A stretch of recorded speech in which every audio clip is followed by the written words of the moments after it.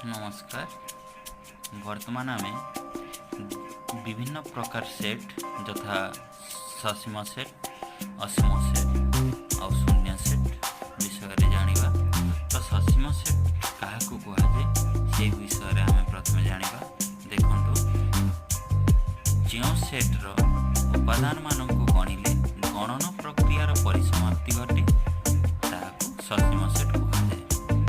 अर्थात कौन गणन प्रक्रियार जोठारे परिसमाप्ति घटुची तो ताहाकू कौन कहुचे ससीम सेट कहुचे। आम जब सरल भाषा रे कहबा जो सेट्र एक निर्दिष्ट संख्यक उपादान थाए अर्थात आम जदि गोटे सेट्र उपादान गणी पारिबा ताहले ससीम सेट से तो डी सेट्र 1 2 3 4 5 अप टू 20 पर्यंत रखा है।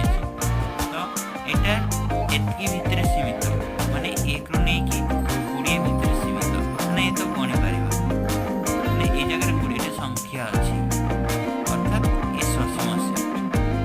ठीक सेमिति असीम सेट कौन जो सेट्र उपादान मानक गणिले गणन प्रक्रियार परिसमाप्ति घटे नाही ताहाकू असीम सेट।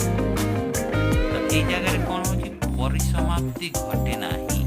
देख ये भल भाव देख कि ये जगह परिसमाप्ति घटू ना किंतु ये जगह कौन परिसमाप्ति घटे किंतु ये जगह घटू ना। ससीम सेट रे परिसमाप्ति घटुची असीम सेट रे परिसमाप्ति घटुची। जदि परिसमाप्ति घटू ना कहार गणन प्रक्रियार तो ताहाकू कुहाଯାଉଛି असीम सेट। अर्थात आम जब सरल भाषा रे कहबा माने जहाँ गणी हुए ना तार उल्टा माने जोटा गणी हुए सेटा ससीम और जोटा गणी हुए ना सेटा हला असीम सेट। अर्थात ये जगह देखुवे कि एन सेट रे तो 1 2 3 डट डट डट डट डट माने एटा केते बड़ पर्यंत जाइছে सेटा हमकु जणा नै। तो सेति पे आमे कहि परिबा माने कहि परिबा नै कि ए जगह केते पर्यंत अछि। तो ए जगह गणन प्रक्रियार परिसमाप्ति घटू नाही तो सेति पई एहा एक असीम सेट। तापर आसीबा आमे शून्य सेट को।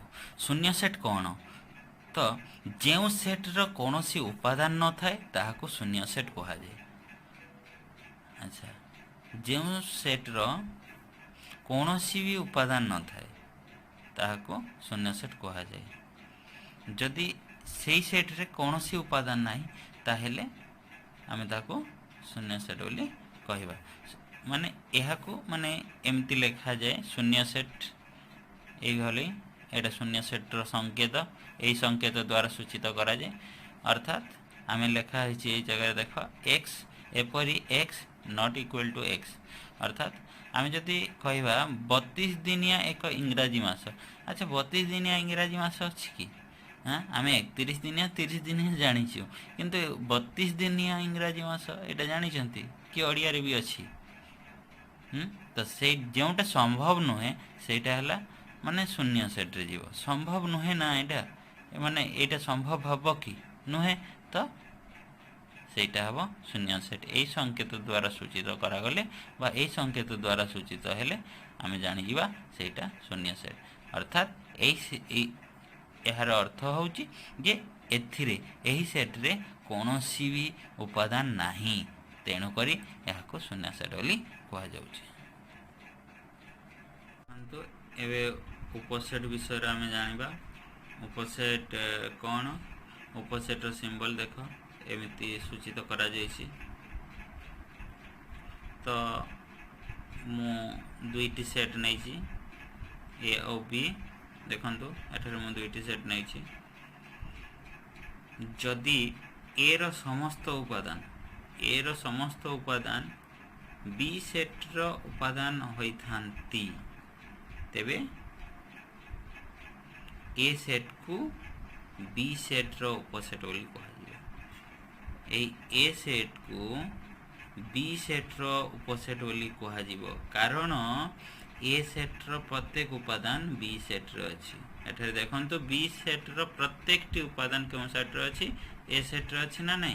जदि ए सेट रे अच्छी तेणु आम ये जगह केमी पढ़ा बी रो उपसेट ए बोली कहवा ए हूँ तार सिंबल यही भाव में आम लिखा आउ पढ़ला बेले बी रो उपसेट ए हेब अर्थात ए बी रो एक उपसेट बोली पढ़ा। देखो अधिसेट पुणी कौन अधिसेट रो सिंबल एमती अधिसेट रो सिंबल को एमती सूचित करा जाय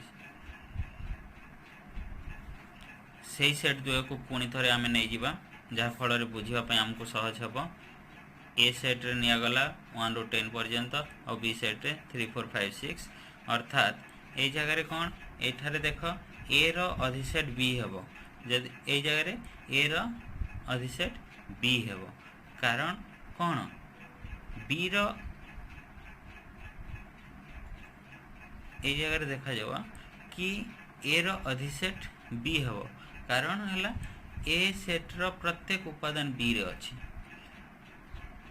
ए सेट रो प्रत्येक उपादान बी रे अछि सेथिपई आमे ए अधिसेट बी बोली कहबा हला एमती लिखिबा और कहबा। देखंतु आमे वर्तमान सेट रो प्रक्रिया पढ़िबा तो सेट रो प्रक्रिया रे संयोग छेद आउ अंतर ए माने होचंती गोटे गोटे प्रक्रिया संयोग कहा जाउची इंग्रजी रे यूनियन आउ छेद को इंटरसेक्शन आउ अंतर को डिफरेंस कहा जाउची संकेत द्वारा ये जगह सूचाई दिया जाइए संजोगर एमती आउ यूनियन जहाँ को कह जाउची ये इंटरसेक्शन आउ ये होची डिफरेंस। तो संजोग प्रथम पढ़ा संजोग कौन देखुंती तो संजोग प्रथमे आम ए आउ बी दुईटी सेट नेबा ए और बी रो समस्त उपादान को नहीं एक सेट गठन करवा। ए जगह आमको मन रखा हम जदि उभय सेट रे गोटे उपादान उभय सेट रे देखिबा ताको केवल थरे ही लिखिबा यही सेट को ए और बी रो संयोग बा ए यूनियन बी बोली कहबा एवं यह ए यूनियन बी रूपे लिखिबा। उदाहरण स्वरूप देखंतु मुझे नहीं जाइए तो दुईटी सेट प्रथम रे नेली ए सेट रे नेली ए बी सी डी आउ बी सेट रे नेली बी डी ई एफ एमती दुईटी सेट नेली दुईटी सेट नेबा परे ताको कौन कली मु संयोग करिवार अछि ए सेट ए और बी रो समस्त उपादान माने ए भी वर्तमान देखिए कि गोटे जगह ए आउ बी रो उपादान गुड़ी को करिवार अछि ए जगह ए आउ बी रो उपादान गुड़ी को संयोग करे जी देखंतु तेबे देखिवा कि ए रो उपादान गुड़ी को बी रे अछि कि तो ए रो उपादान गुड़ी को बी रे अछि बी रे क्यों क्यों उपादान अछि बी आउ डी अछि तेबे एटा डबल अच्छी ये जगह भी अच्छी ये जगह अच्छी जिते बड़े आम गोटे जगह लिखुचु सेते बड़े आम कौन करवा कि ताकू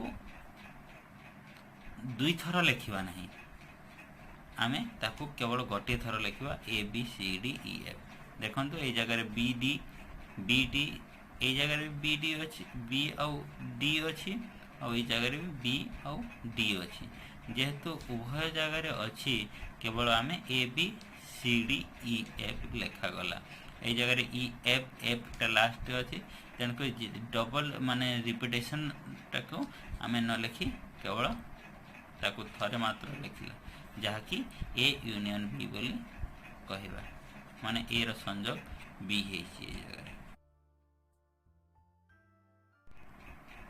छेद जोटा कि कह जाउची इंटरसेक्शन पुणी थे आमको दुईटी सेट नाकू हम तेणु मु संयोग रे बा यूनियन रे जो सेट दुईटी नहीं माने देखुं आपण मैंने ए सेट रे ए बी सी डी और बी सेट रे बी डी ई एफ नहीं तो संयोग रे जो सेट दुईटी नहीं ताकू पुणी एठारे नौची कारण तुमको बुझबारे कष्ट हम ना से मु ए दुईटी सेट नेली। वर्तमान आम कौन करवा से दुईटी सेट अर्थात ए आउ बी सेट उभयर साधारण उपादान मान को नहीं गोटे सेट गठन करवा। तो जो सेट गठन कला से सेट हूँ माने ए आउ बी छेद सेट बोली कहवा। या ए इंटरसेक्शन बी संकेत द्वारा सूचित करवा और ए छेद बी अर्थात ए इंटरसेक्शन बी बोली आम पढ़। तो मु दुईटी सेट नेली जो सेट नहीं मु संजोग बा यूनियन रे जो सेट नहीं मु से सेट दुईटी को पुणी नहीं गली कि ताकि आपण मान को बुझापी कष्टकर हम ना। तो से ए सेट नहीं गली ए बी सी डी आउ बी सेट नहीं बी डी ए। तो यही जगह देखा कि आम साधारण साधारण उपादान कौटा ये जगह देख कि साधारण उपादान कौटा हम बी आउ डी।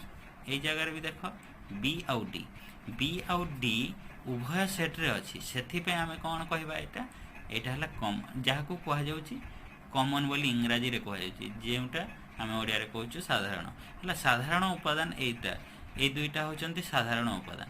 तेणुक बी आउ डी है ए इंटरसेक्शन बी अर्थात A intersection B equal to B आउ डी है।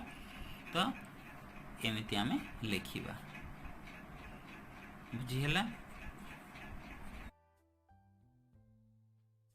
देखो बर्तमान अंतर जोटा इंग्राजी कोटे कहुच्छी डिफरेन्स है ताकू अंतर क्या कहुए।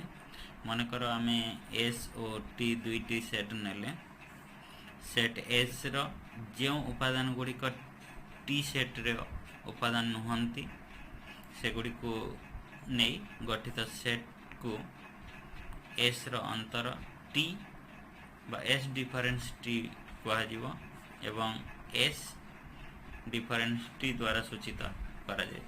देख बर्तमान मु दुईटी सेट नेली एस आउ टी एस रे नहीं ए बी सी डी आउ टी रे नहीं बी डी ई एफ। तो एस डिफरेन्स जिते टी बाहर करुच्ची से ए आउ सी बाहर। अच्छा यहीटा केमिति बाहरिला देखो A B C D S set रे अच्छी ए बी सी डी आउ टी सेट रे अच्छी बी डी ई एफ अच्छी। तो उभय थे केउटा समान अच्छी बा उभय सेट रे क्यों उपादान टी कॉमन अच्छी बा साधारण से जिनिसटा प्रथम देखिए बी आउ डी अच्छी यही जगह साधारण बी आउ डी उभय थी अच्छी आम एस डिफरेन्स टी बाहर कर अच्छी अर्थात एस डिफरेन्स टी जो बाहर करुचु आम। तो एस डिफरेन्स टी जो बाहर करुचु एस सेट रे माने एस सेट रे क्योंटा अलगा अच्छी से जिनिसटा देखा एस सेट रे क्योंटा अलगा अच्छी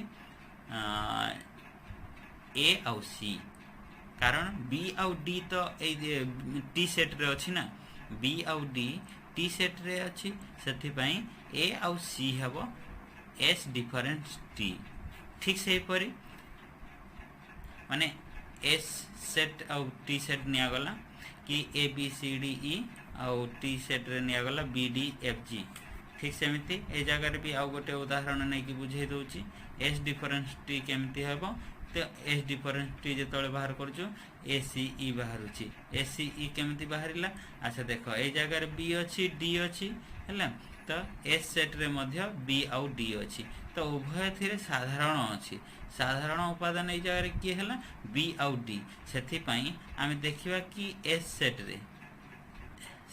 सेट रे कौन है बी आउ डी टा छाड़ी दे माने बी आउ डी तो कॉमन अच्छी। तो से बाकी जोटा रहा ए सी ई तो सेटा हम एस डिफरेन्स टी ए सी ई हूँ एस डिफरेन्स टी।